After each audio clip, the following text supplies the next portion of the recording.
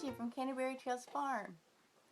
Today I'm going to talk to you about the different projects you can make with the different loom knitting nifty knitters. There's all kinds of looms. There's all kinds of names for them, but it's like loom knitting looms. And there's so many different sizes and shapes, and there's so many different projects you can make. I've made an Afghan video. I've made a dishcloth video, scarf, hat, and socks with the heel. Those are all separate videos that you can go check out. But a lot of people start out making the easiest thing to make when you're starting out on a round loom is a hat. So that's usually the first standard project that people make if they're just doing the starting out, and it's really the easiest thing.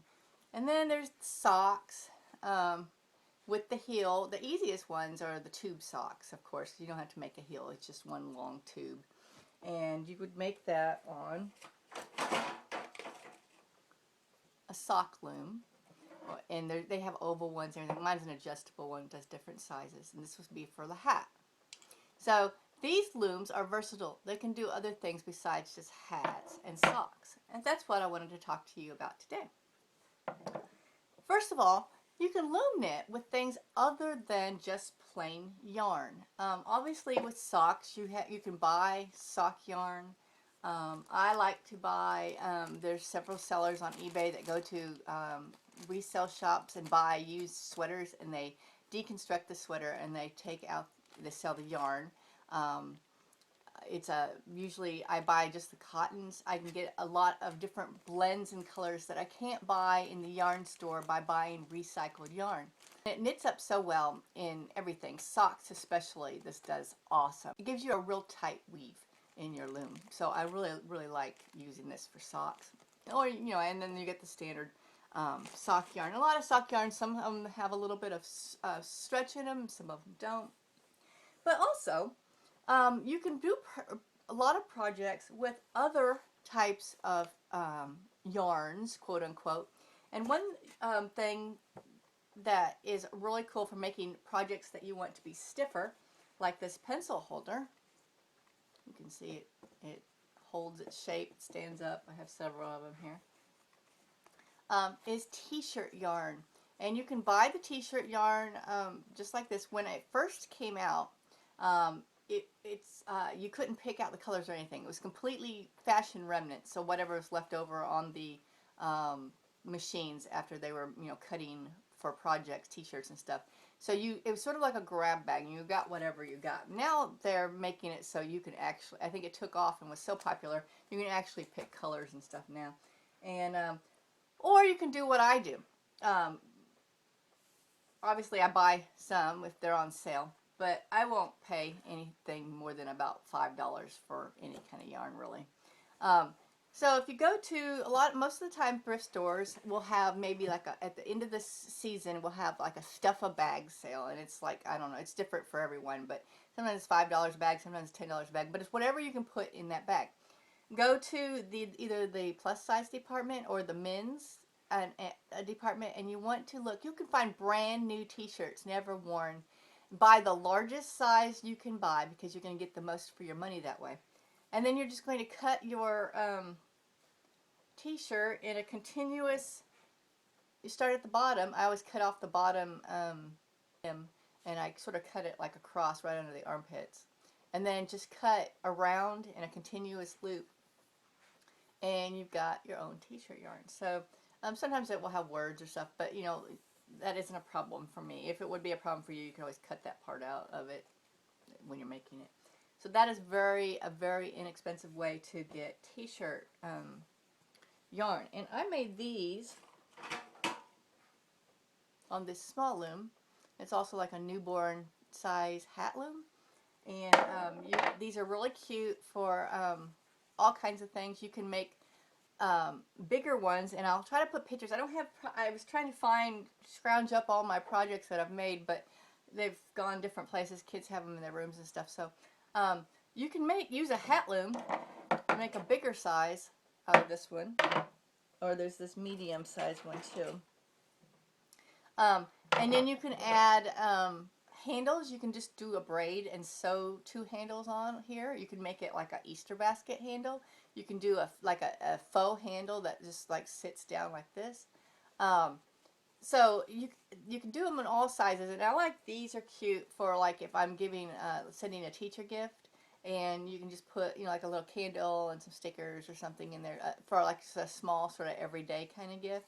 Um, they're just really handy. You can also put a plastic cup down in here, and well, you would need 2 plastic cups, one with no holes and one with holes so it could drain into the other one. But you put it in there and you make it into a planter. These are just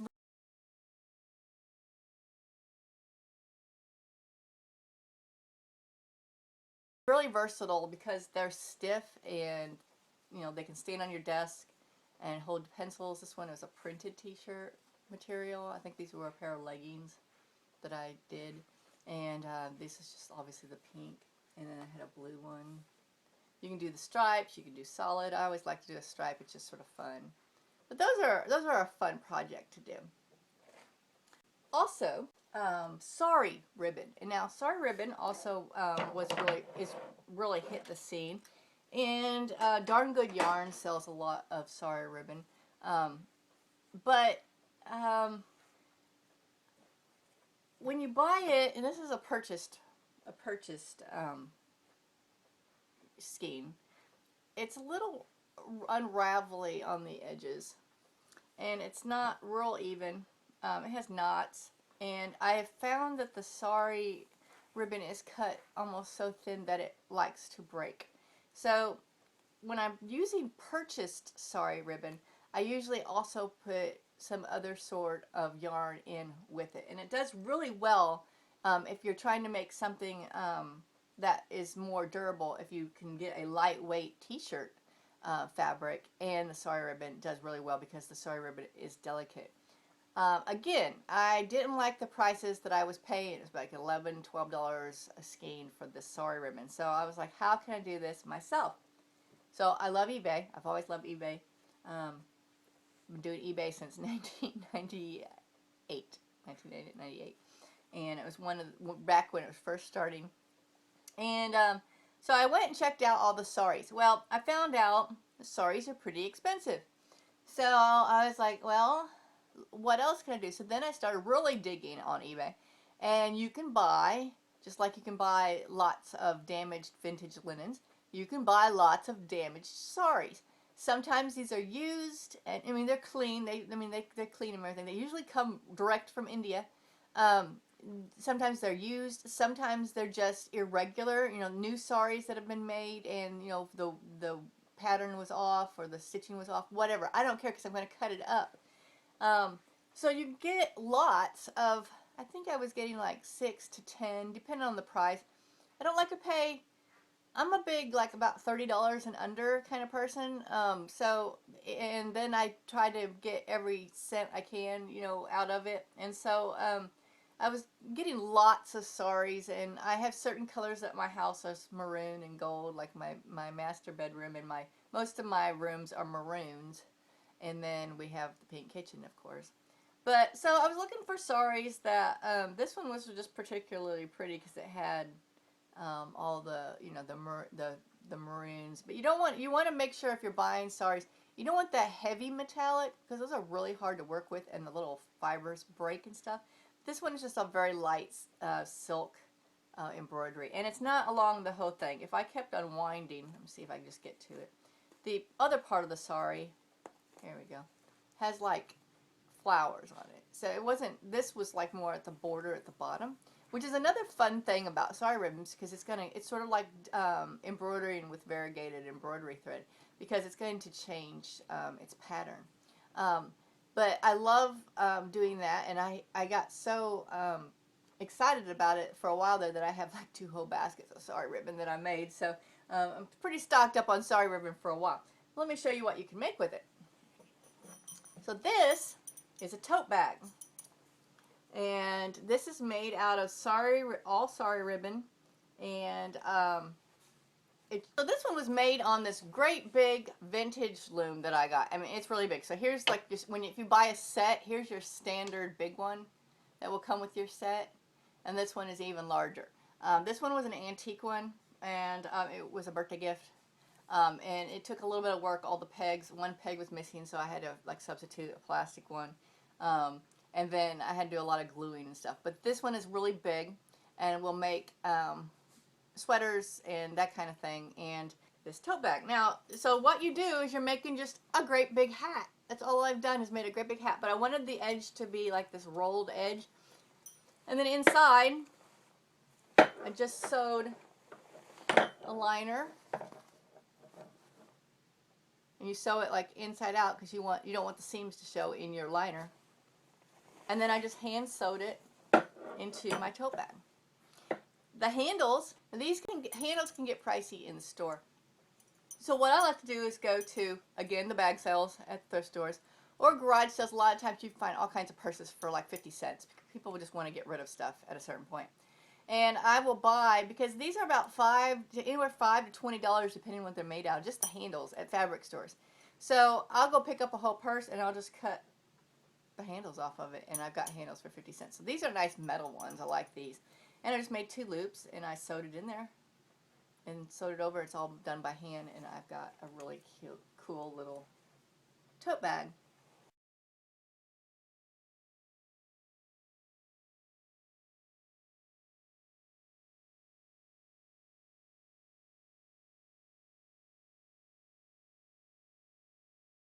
You can also do tote bag using the biggest loom that came with the standard 3, you get 4 loomed set. You can use the t-shirt yarn to make this. This is another tote bag.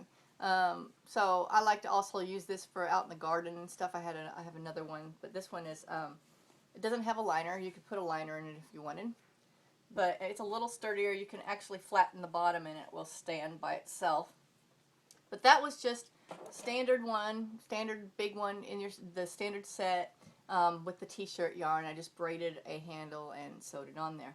I like when I do the t-shirt and the sari and making tote bags, I like to roll the top edge instead of making a cuff. I like to roll it and then do a few stitches in there just so it has like a hardier brim to it. So that is something you could do on the big loom and with the t-shirt yarn. Another project you can do, and this you can do on a straight, so you can buy these big ones. These are adjustable. You can also do socks and stuff, all kinds of things in here. And if you do just the straight all the way across, you're going to get just a length of knitted fabric, basically is what it is. And it's going to be a long piece. And this is a little worn because it's one of my daughter's favorite reading pillows now. But, so I just made 4 panels, and then I hand sewed them together, and you have a pillowcase. And this pillow inside of it feels like it's a little squished down now, but, so you can do pillowcases. So those are cool, because those knitted, throw pillows are sort of popular in the Pottery Barn and stuff like that, and so that's a real cool way to make, those too. You can also, using the sock loom, you can make, if you've seen the little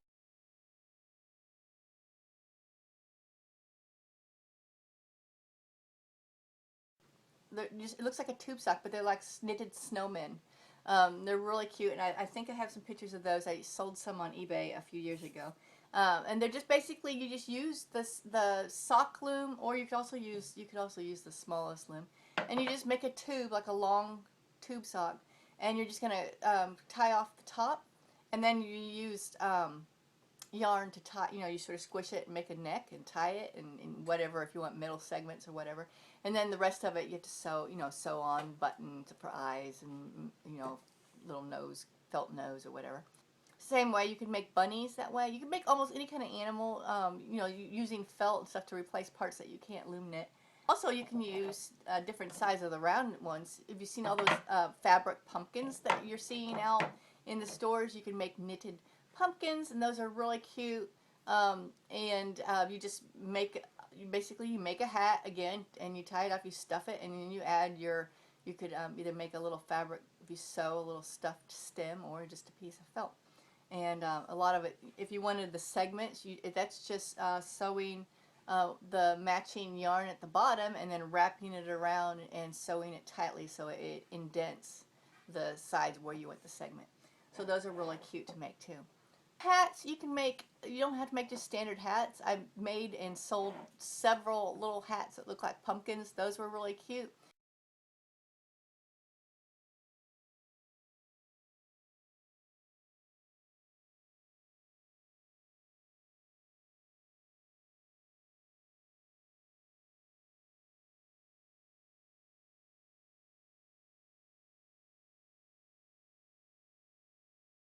They were an orange Chanel yarn, and then I did like a green Chanel top at the top of it, and those were real cute. And then I had little, I think they were satin or felt, I can't remember, leaves that I would sew on in various places that looked really cute. It looked like they were, you know, pumpkin leaves.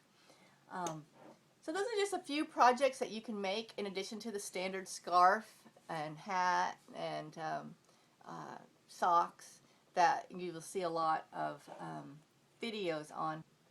Check out the prices when you're shopping for sari ribbon or t-shirt yarn. Like I said, the t-shirt yarn is more readily available now, so your prices are going to wildly differ.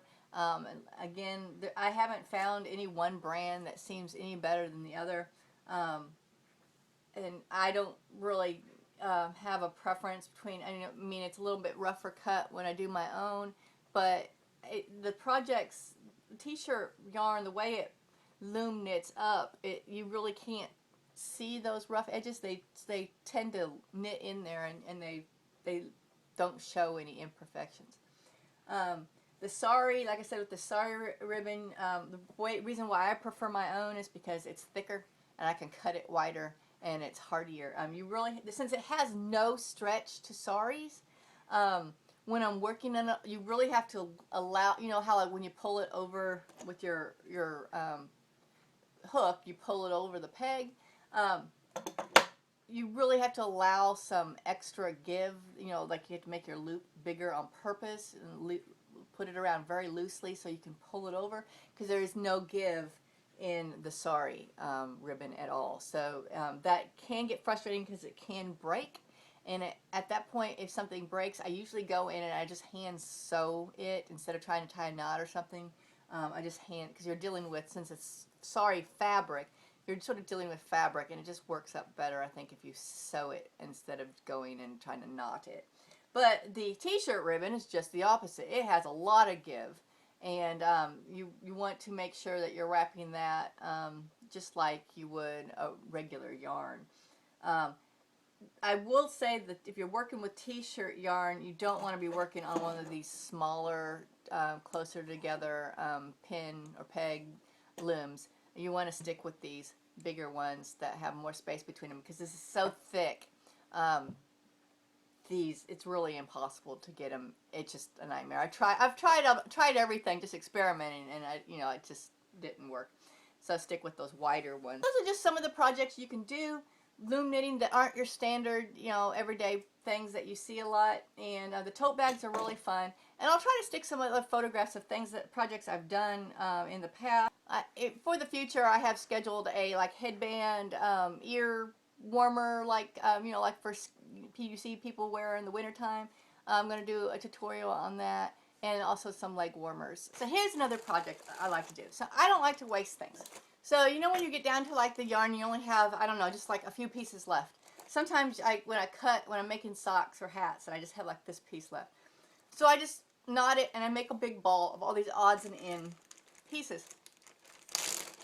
Then what I like to do is I go through and I just, using my sock loom on one side, I just make, that one got a little long.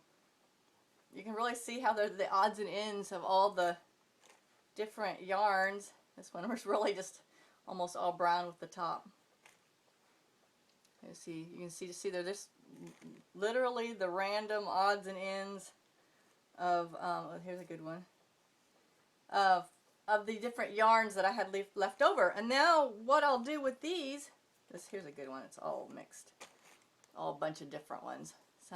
Since I just made a big skein of my own leftover yarn, and when I get enough, then I make a couple squares, and I just add them to my pile. And what I'm going to do eventually is I'm going to sew all these squares together with yarn, and I'll make a afghan out of all my leftover squares. So I've wasted nothing. Shawls and stoles and shawls, those are, you know, like just you're basically doing a wider scarf, or you can, again, these are great for doing lengths, dish towels. I did like you can just do the different lengths and make dish towels or whatever you want a straight piece of knitted fabric for. So those are some ideas, and I hope this was helpful to get you thinking outside the standard box of loom knitting and what you can do. And thanks for joining us today at Canterbury Trails Farm. Bye.